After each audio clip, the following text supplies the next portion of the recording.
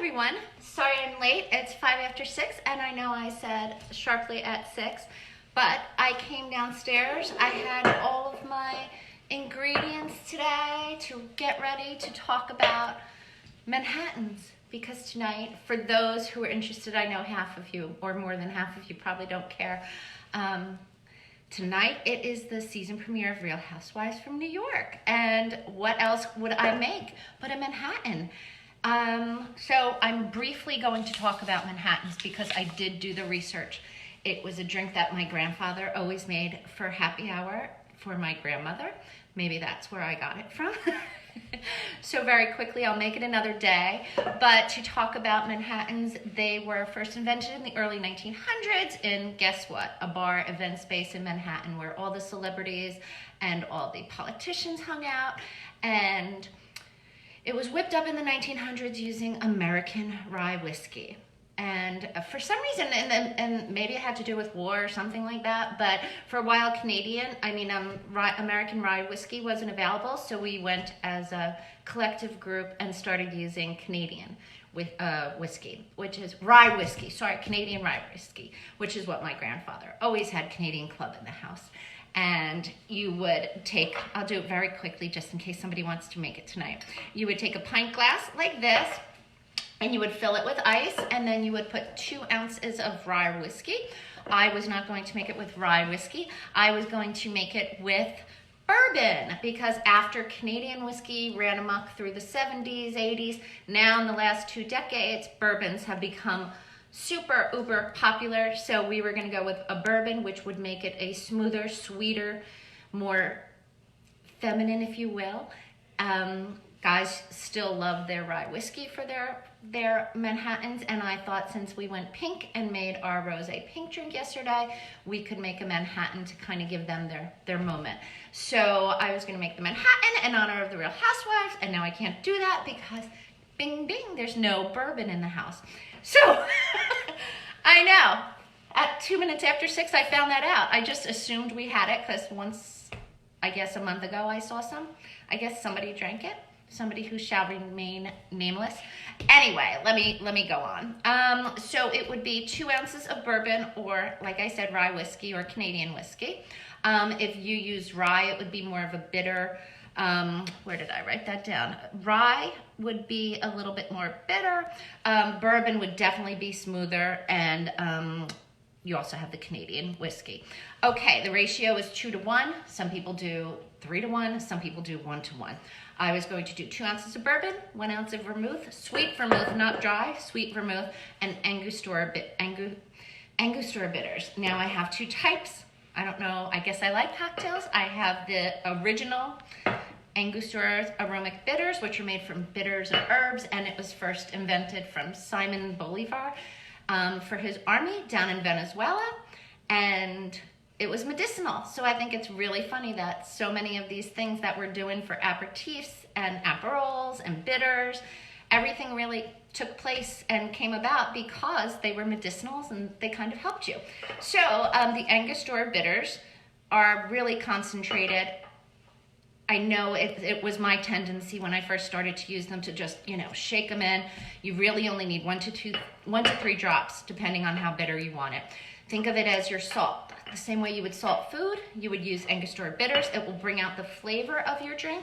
So in our case, a bourbon, a nice smooth Manhattan, and we would want to do an orange peel, like so. So you would take the bourbon, the vermouth, and 1 to 3 dashes of your bitters, put it in a nice glass, pint glass, because we're not shaking.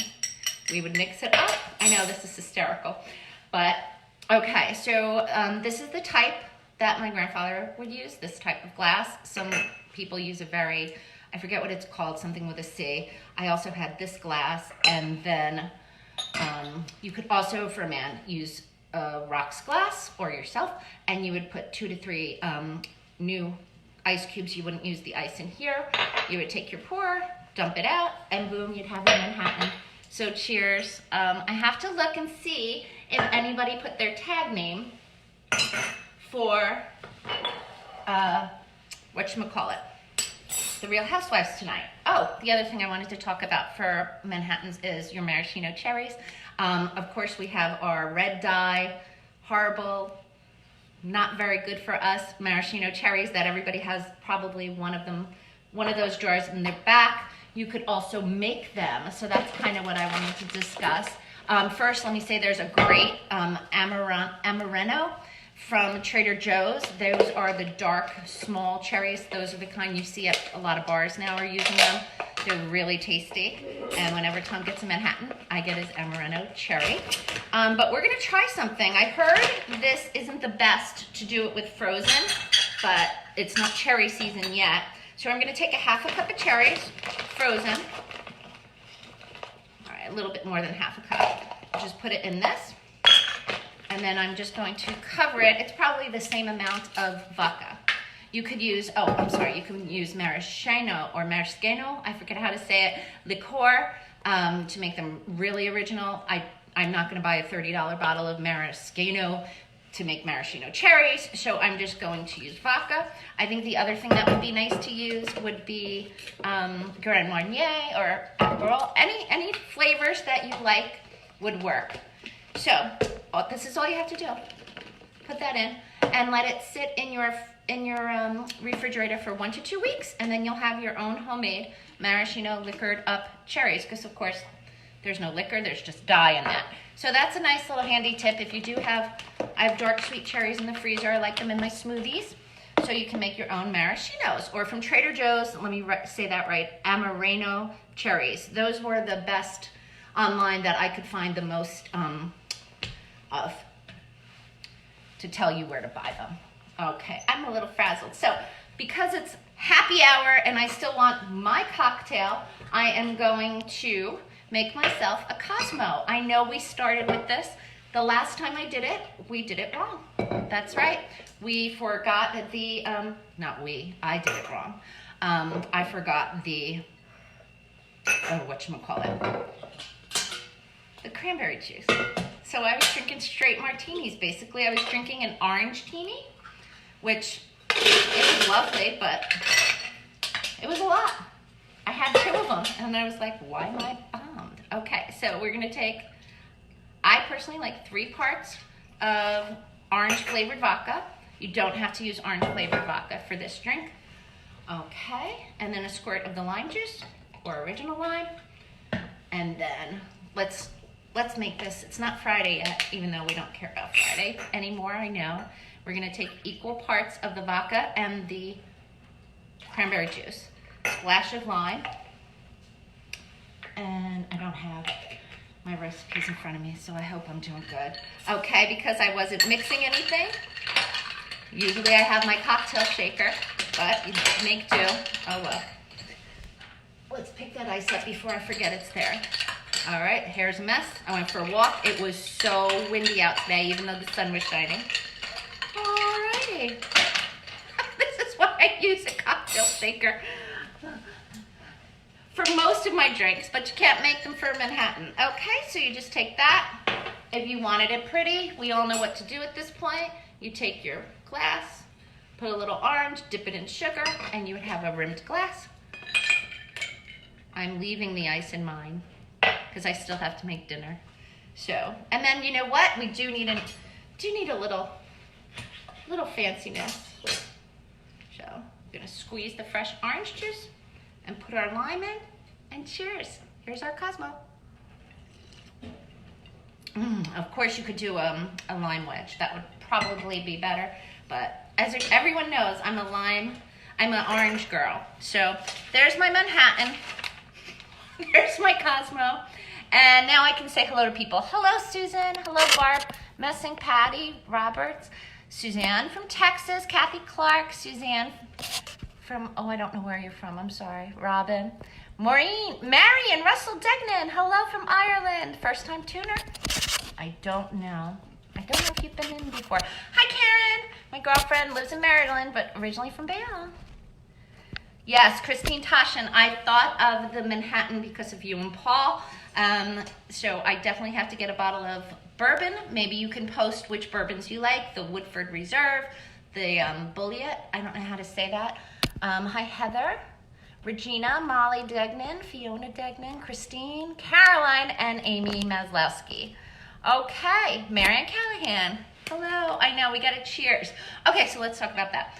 For those who are not interested in Real Housewives, take a break for a second. Post your, when is Irish Night? Irish Night will be Saturday. How's that? I'll make the Skittles on Saturday. How about everybody post their tagline that plays along with the Real Housewives? I thought about mine when I was out on my walk, and I thought I would say, it may not be happy times, but it could always be happy hour. Ching ching. Okay, that's for the silliness part. All right, we're done. There was my Manhattan. Next, this has no rhyme or reason. It's just what I thought about to make for dinner, but I wanted to start with showing you how to make it for happy hour. We are going to make a peanut satay. So you're gonna take your bamboo sticks. Again, everyone knows I like the short little ones. Alrighty. These are the 6-inch. I think they're so much cuter than the long ones, and there's too much meat. You can't sit there if you're talking to somebody if you're having people over for cocktails. You don't want a big long, unless it's a barbecue in the summer and they're outside. But other than that, yes, we just want the cute little ones. So we are going to take, okay, so this is for an actual peanut satay. Hold on one second. I've already cooked my chicken. Okay, so a little secret about the chicken before we start the sauce.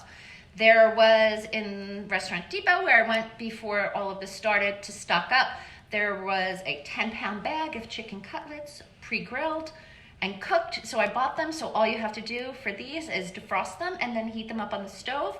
I actually heated it up on the cast iron just to get some marks on there so it would look like the outdoors, like I grilled it. The other thing you can do, of course, is buy the pre-made tenders. The pieces, like fajitas, they sell them at Sam's, they sell them in the frozen section of ShopRite. They sell them everywhere. Okay, so this is your chicken that was already cooked, and all you have to do is screw it on.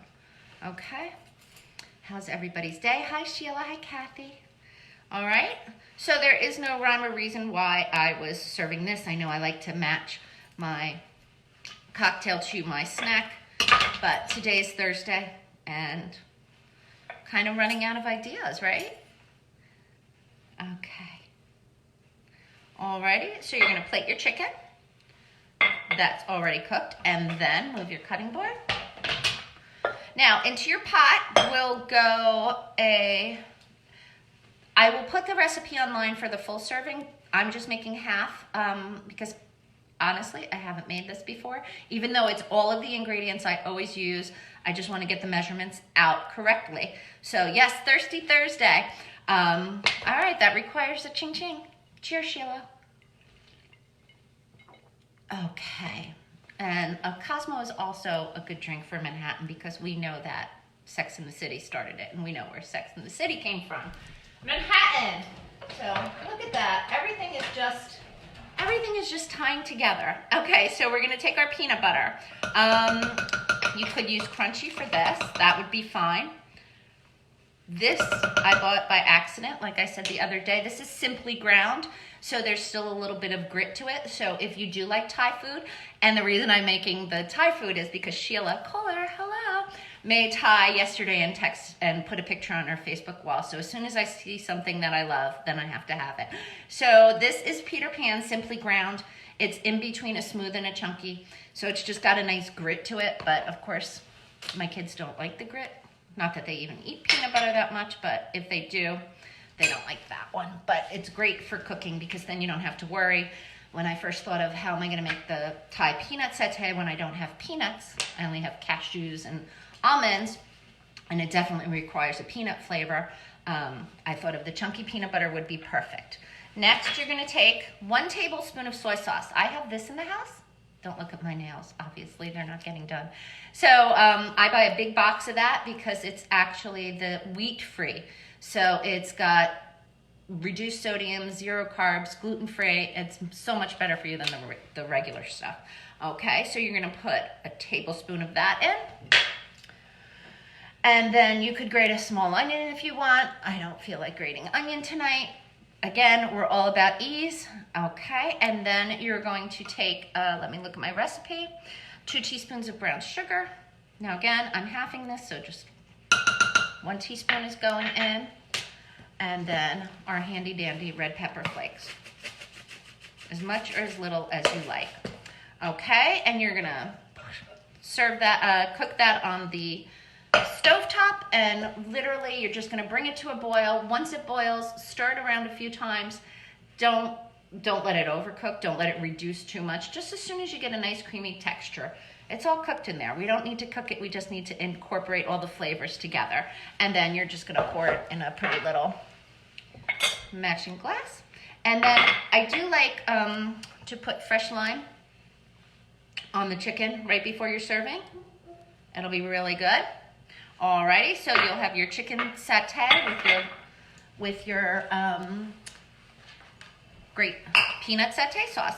The other cheat meal is I might put this in the oven for the kids. I still have about 6 breasts to put in. It's just a recommendation for me. I don't buy a lot of these pre-mixed spices because you really can make your own. But this Taste of Thai has a spicy peanut bake, and it is literally idiot proof. And all you do is preheat the oven to 350. You coat this packet over about 1.5 pounds of chicken. It'll shrimp, chicken, fish. I've done it all, not steak. Place meat or fish, even though they say meat, I say chicken or fish, in an oven-proof baking dish, and then bake chicken for about 20 to 25 minutes. It's really good. It's just spicy enough, and it is the easiest dinner, and it goes really well. They even have a recipe on the back for how to do it as a broccoli saute. So that is my cheat tip of the day. Oh, shoot. Okay, I knew it wasn't looking like I could saute it. Mix it. You're going to put, this is a 15-ounce can, so I only made half, so I put about 7 ounces in, half the can. All right, there you go. So now I've got the coconut milk, I've got the peanut butter, I've got the red pepper, and I've got the brown sugar. And then you're just, because I don't feel like turning the camera, sorry. My kitchen's clean.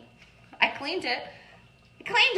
It's clean. It's not that. It's just that phone is propped up on a book and a pot and a tea box and another book. Okay? So you'll see it'll get nice and creamy like that. 5 minutes on the stove. Bring it to a boil, and you'll have your delicious satay chicken and your Cosmo. And again, you could serve that for a party. I will post the recipes. I saw that some people like that I posted the recipes today. So I won't be, every day I'm going to try to get them up. And if you need them, that's it. And we'll have the maraschino cherries in 2 weeks. And that's it. I don't see anyone else's tagline. Come on, ladies. Kathy Gallinger, I know you watched with me. It popped up on Facebook 11 years ago. Luann was doing something. I think she was getting a divorce. So that was our memory between Kathy and I on Facebook. So 11 years it's been on TV. It's pretty funny. All right. Not funny if you don't watch it. So that's the drink of the day. That's the snack of the day. And that's all I've got to say. So enjoy. Nice to see you all. Thanks for joining. And tomorrow's Friday. Yay. All right. Let's be happy. Tomorrow's Friday. Another week will be done. Another week of this. What are we calling it? We're not really quarantined. We were out walking today. Stay at home. Stay at home. All right. Enjoy. Thanks.